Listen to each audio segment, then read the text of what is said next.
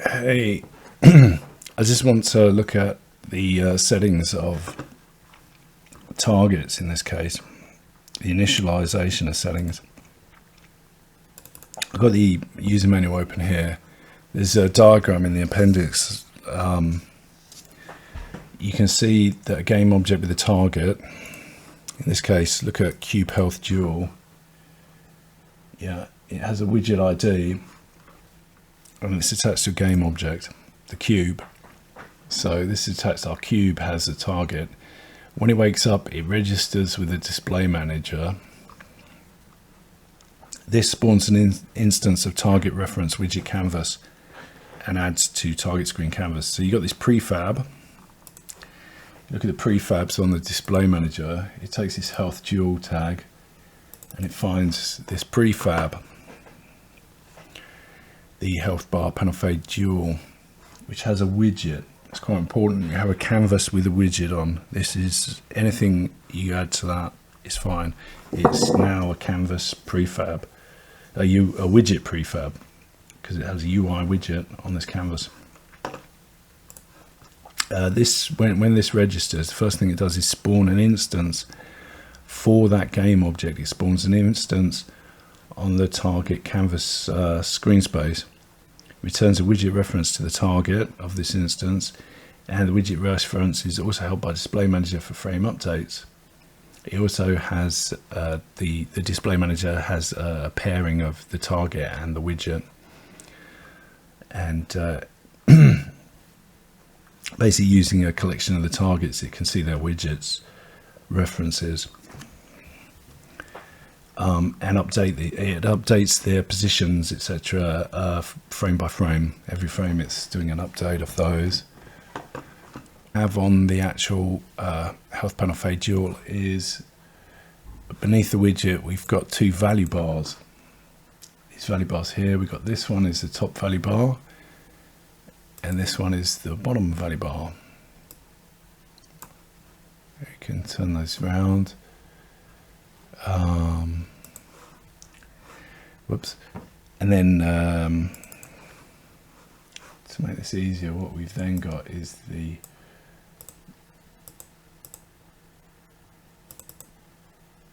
bottom one is now these two references. You just load these in, you add them to here. You got value bar 1 is the top one here and the lower one is value bar 2.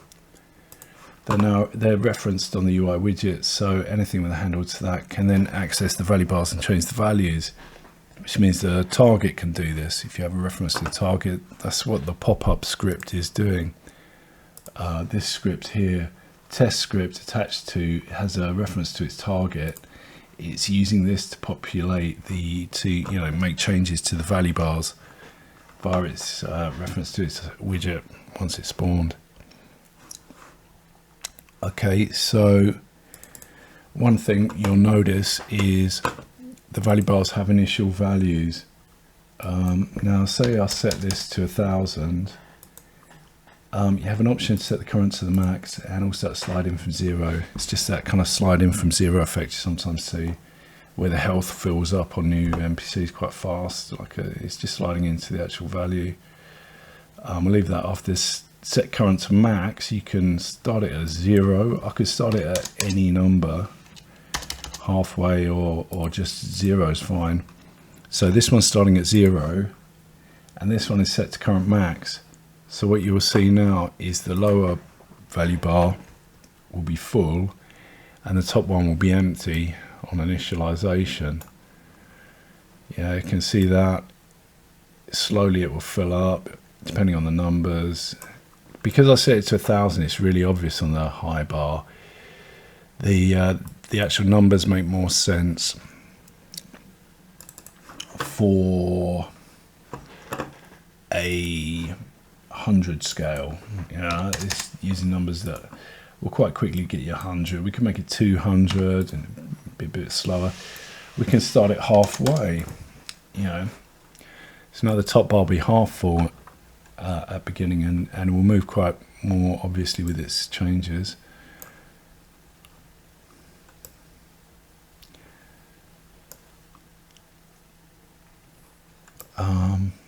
But that's the initialization of values for the value bars. That's on the prefab. Okay, so that's saying that when these spawn, every single value bar instance, every single widget instance spawned will begin with the value bars on those values. There's another option here. If you look at the target as target initializer, we can add a target initializer. There's a basic target initializer. If I show you the code, there's target initializer is an abstract class. If you're into coding, you can add your own. All it does is initialize. It's passed a reference to the target. Okay, it can then use the target's widget to change anything. Yeah, this is like post initialization. You can add your own kind of whatever code you want to. This one's just going through. This one's just going through. Did I actually add one? Yes, here we go. This one's going through the text strings, images, and values. Values being the value bars. So element 0 refers to the top bar, and I can actually add an initializer here. If these are empty, then it just goes with what's on the prefab, but if you add these, it overrides the prefab. So I can set the max to 500 and set to max. We saw what it was before, it was about halfway. I think I left it on 200. And I can start this one empty. It's kind of the reverse of what it was. You also need to add the reference to this, which is basically just that. Okay, now this this particular health will instantiate that prefab with the settings here, like full and empty in this case. This one full, top full, and the other one empty. So you can now, if you're using these from scenes, is, you know, set whatever you want. Let's set them to halfway. Both of them halfway. Oh dear, so I'll set this current to max. That one's full again now. But yeah, full and halfway, which is the same as the prefab, but a slightly different value there. But yeah, that's how that works. I mean, I can show the pop-up test script. It's kind of basic. I kind of wrote these demo scripts. It's just this, say, change of value bars delta. You can add delta, or you can set the current to a value, so you add changes to that value, or set the specific value. But there it is, rolling away. I mean, that script's rigged up so that the numbers also tie up. It's popping the same damage numbers to what you're seeing changing on the bar. Okay, so I'll probably leave that in the demo. I mean, just to show the use of that, let's start a second one with different settings. There's two ways of doing it. You could just remove this reference here, make these radically different to the prefab, and then you'll see one is now using the prefab because it has no initializer referenced. So you'll see the two different values. Kind of similar, didn't it? Pretty quickly. Let's try and reverse these. What's in the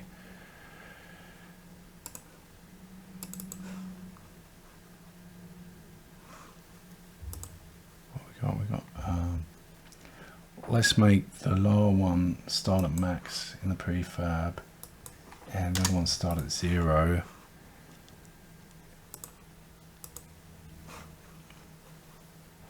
And let's make this one start at max. Wow, so slow. Hold on. I think one was, this one started at 0. The top one started at 0 in this case.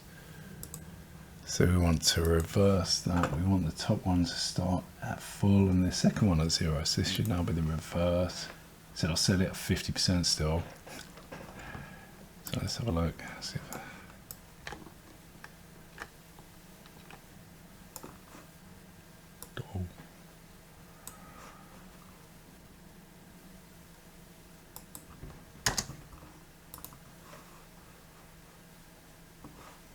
oh yeah, hold on. I was doing that wrong because sometimes you save these in the thing and it doesn't actually remove the reference. Okay, so this one's using the prefabs and this one isn't. Prefab initial values.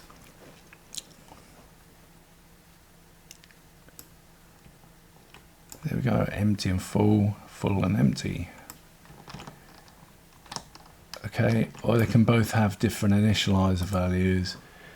You can hook that initializer back up.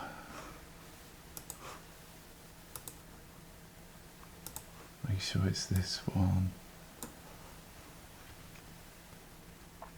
Make both of these 50 so that this one starts halfway on both cases. See that? So that's what they're there for, is like if you've got scene objects you want to initialize, that was the prefab, and this one both at 50-50. Why is that one the no, so it's not the prefab, it's maximum and minimum, reverse of the prefab there. Okay, sounds a bit confusing, but that's hopefully gives you a bit of insight into the initialization of value bars. It's also, you can add all kinds of stuff, so this will be another step into it. We could add a string, create empty, so let's put one here, text name. Okay, and this is how they work essentially. We add a UI text mesh pro. Okay, we leave that empty, we leave it blank. Let's get a feel for what it would look like though. Let's go here or here. I think the way they're lined up, possibly better above. What we then do is add to the widget a reference to that text.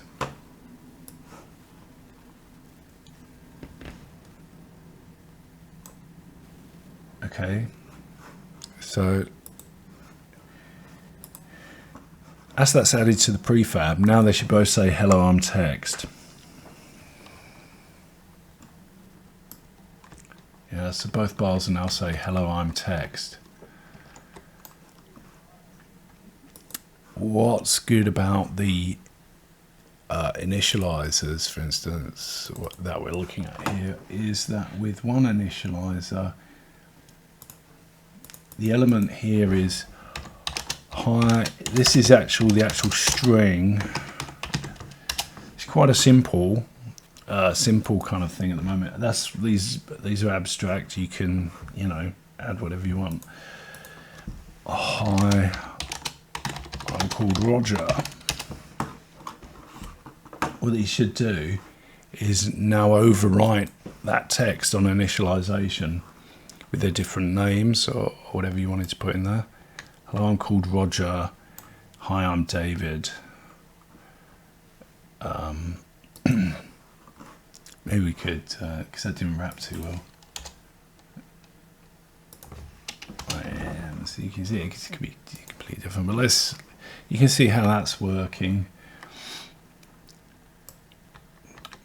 Still wrapping the text. I have to go back to the dual and make that text a bit wider, I think.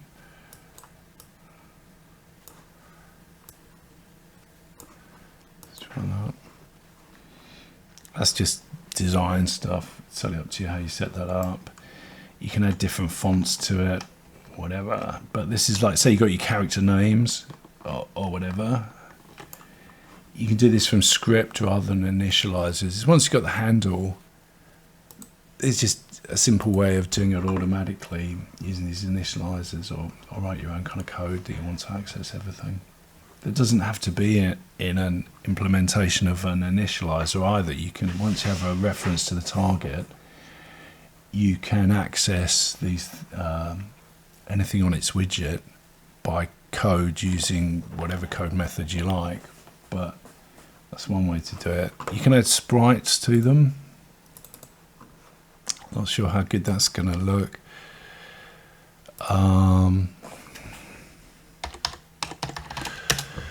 You know, sometimes you have just adding an image. Sometimes you would have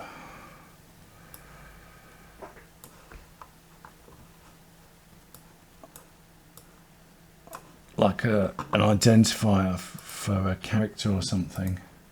I think if there's nothing there, you can make these transparent, right? Although then you won't see it, so it's up to you if you play around with that. All these chicken things.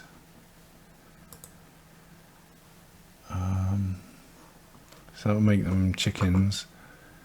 It's a bit more complicated because of the empty. You'd have to actually rig up a dummy one that's empty to have an empty, yeah, just a totally blank thing. But you can add to these sprites, so it's going to change the sprite to. Have I got the logo?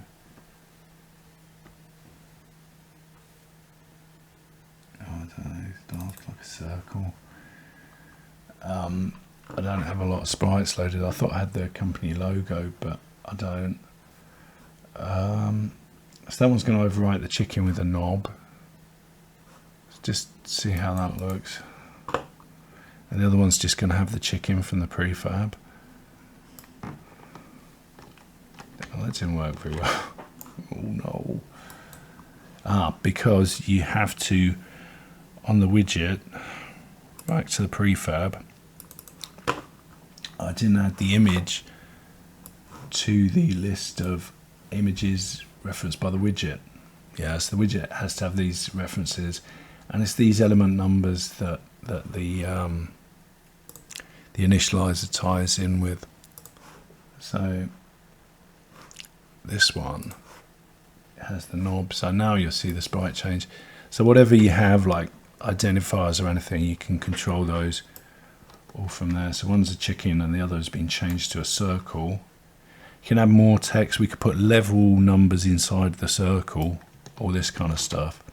I mean, that's what this system's good for, is all in one kind of control system. You can have all of this applied, and it's managing the scaling of it, everything.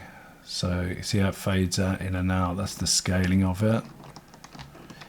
Now it does something like that with billboards, but it's harder to get the control that you can get here. That's to do with the, that's another thing, scaling data. It's using panel 100. So it's doing that, 3000. We could have them cut out earlier. This will cut them out, I think. Let's check everything's working. There we go. Yeah, can you see you can make them just disappear at range? That's one thing you can do. It doesn't make a huge amount of sense that they range out to 3000.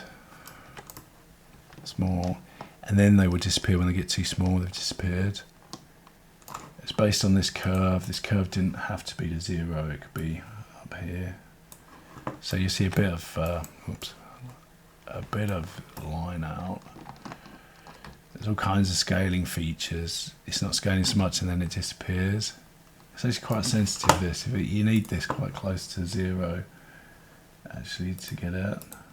Just setting that'll set it back to 0. So you get a nice fade out to 0, but you can set that to a fade out to 10.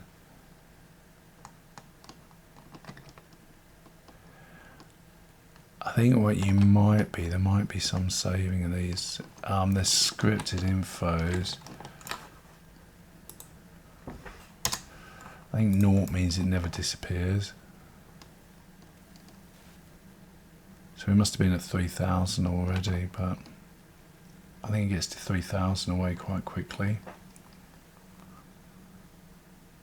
Scaling in a bit closer. Anyway, you can play around with that.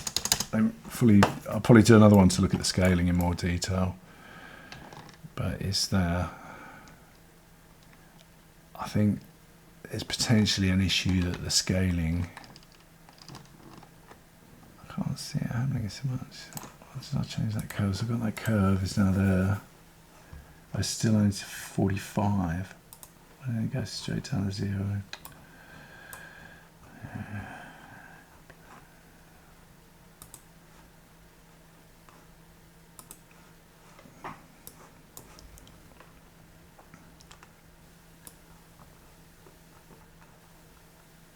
Okay, that's going to 0.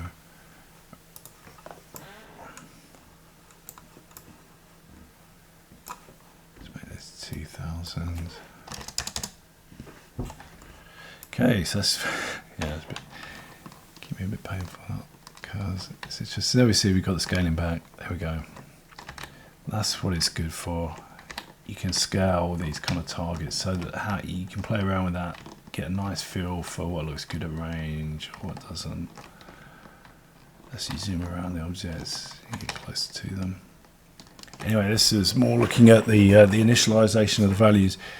I hope it helped. Thanks for watching.